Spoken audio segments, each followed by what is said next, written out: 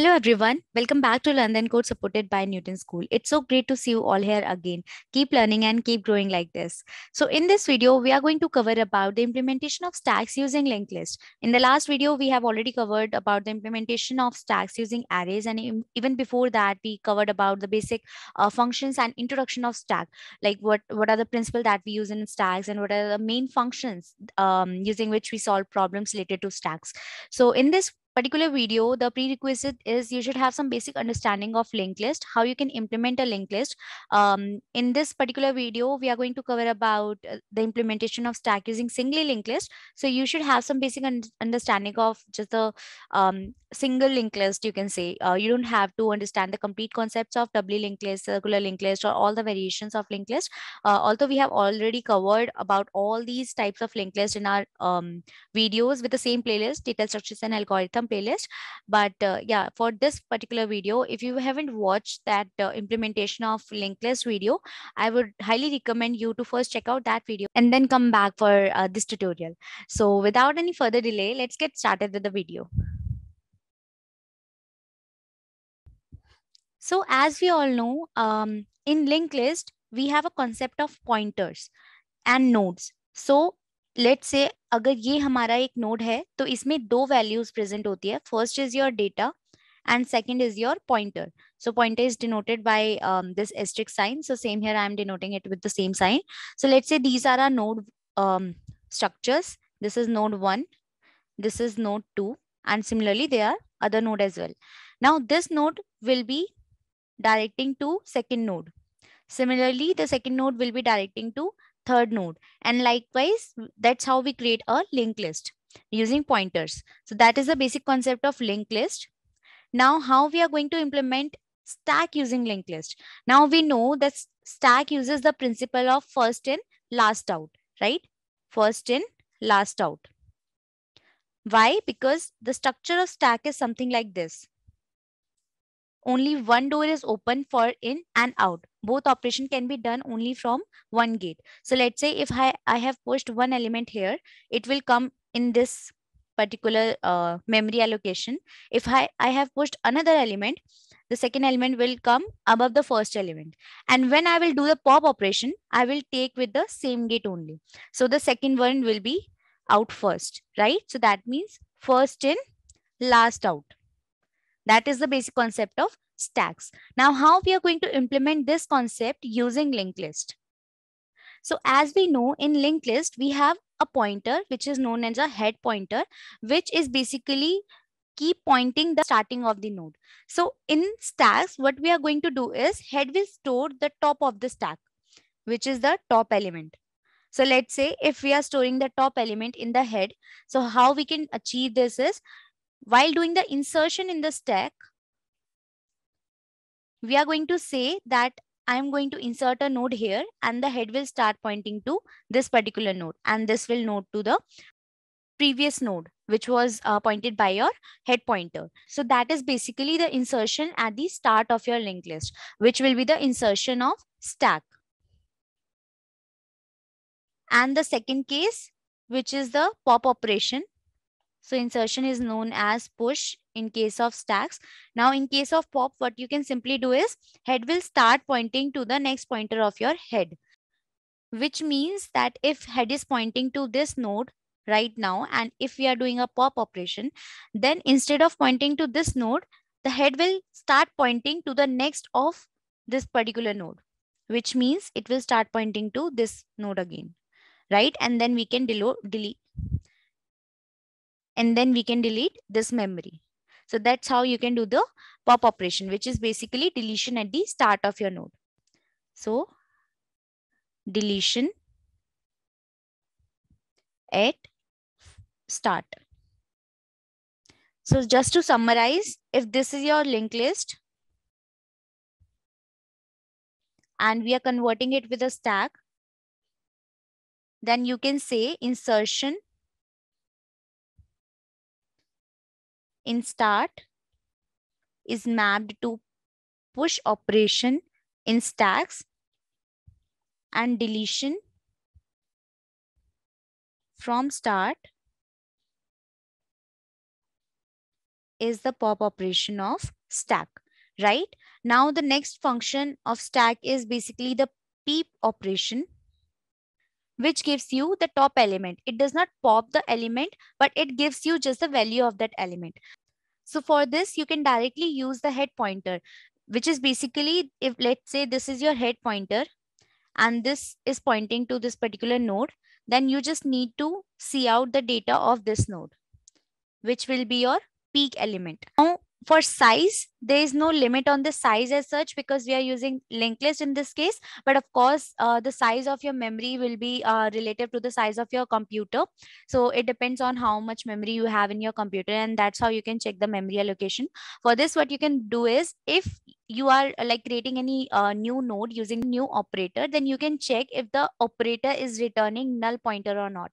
If it is returning a null pointer, that means you have consumed all the memory that you have in your system. So you can directly check the new operator return, you can say. If it is a null pointer, that you can use as the is full function, right? That means you have no memory left for your stack. And for empty, you can simply check if your head is pointing to null. If it is pointing to null, that means your stack is empty. So these are the basic operation, and that's how you can do the mapping. You can even take the screenshot of this particular table so that it is easier for you to revise that what function in linked list is mapped to what function in your stacks. So that is the basic introduction. And now we will directly jump to the coding part. So let's start. Now for the implementation of stack using linked list, the first thing that we need to implement is your linked list. And for that, you have to create the structure of your node. So let's create the structure. Next is let's create a constructor for the node as well. It will take an argument of data. And let's initialize our members here. Data will be equal to D and P will be equal to null. That's how you can initialize it. Now in our main function, what we can do is let's first create a head pointer, which will basically store the top of your stack. So initially it will be null only because right now you don't have a linked list.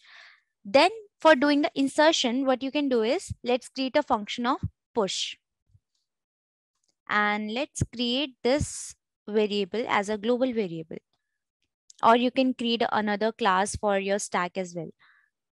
So let's create it here. Now let's create the push function. So what you can do is, as in the push operation, there is no return value. So the return type of this function will be void only. And the name of the function is push. And in push, you can take one argument of your data. Now here you have to create one node, right? So for that, I'm using new operator. So node is strict. Let's say the name of the pointer is A, or you can name it as N as well, as we are creating a new node. So N. New node, and the data will be D, which is passed as a parameter. Now we have created one node.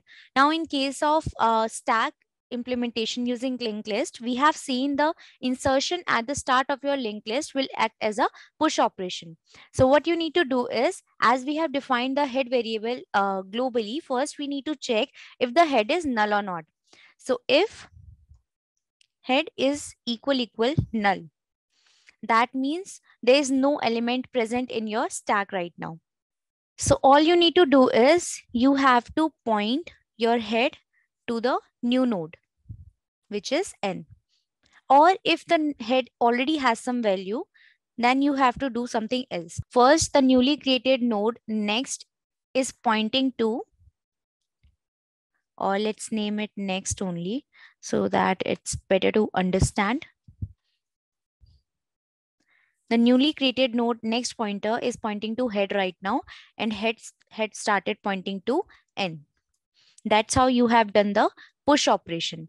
Now in case of pop, first you have to return the value as well. And in our case, the type of data is int. So we will return int only. In case of pop, we don't need any kind of parameter because it will pop only the top element. So all you need to do is change the reference of your head pointer. So head will now start pointing to the next of your head. And then before that, let's store the value as well. So let's say this is the top element, head data, and then you can return it. Also, to explicitly delete your memory allocation of the popped element, you can use free. So what you can do is store the value of the popped element somewhere. Let's say we are storing the top element like this is equal to head right now. And then at the end, free top element. So this is the proper way of popping out an element. So what we have covered till now is we have covered the push operation and the pop operation, the main two operations of stack. Now, before moving forward with our tutorial, I would like to introduce you with the full stack web development course provided by Nutanix School. You can start learning web development at zero upfront fees. You will get live classes, assignments, project, mentorship, and interview preparation at zero upfront fees. Isn't that great? So what are you waiting for? You can directly click on the link which is available in the description box, or you can visit the Nutanix School website and get all the details related to this course. So let's quickly implement the peek function. It will be very simple. You just have to return head data. And as we are using head data, so the first condition that we need to check is if head data is present or not. So we have to check if head is equal null, then cout stack is empty, right? And return maybe -1. This condition should be present in pop as well, because you cannot pop an element if the stack is empty. So before popping, let's check this condition. Yeah. And in push, you have to check if the memory is present in your system or not.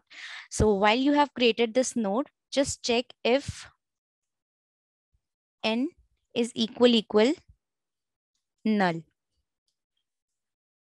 And then return from here. That's it. So we have completed push, pop, and peek operation. For is empty, it's very simple. You just have to return a Boolean is empty, and you just have to check if your head is null or not. So all the function implementations are done. Let's now quickly try and test it. So let's try to push 2 first. Then cout pop, then cout pop again. It should be the stack is empty condition. Let's check if the stack is empty or not. And after every cout, let's do an enter. Yeah. And let's try to push again another value, let's say 1, and then cout peek element. Let's try to run our code. So as you can see, the first is 2, which means the pop function has returned 2. In the second case, it has returned in the second case, first the cout is stack is empty, and then as we have returned -1, so the -1 is printed.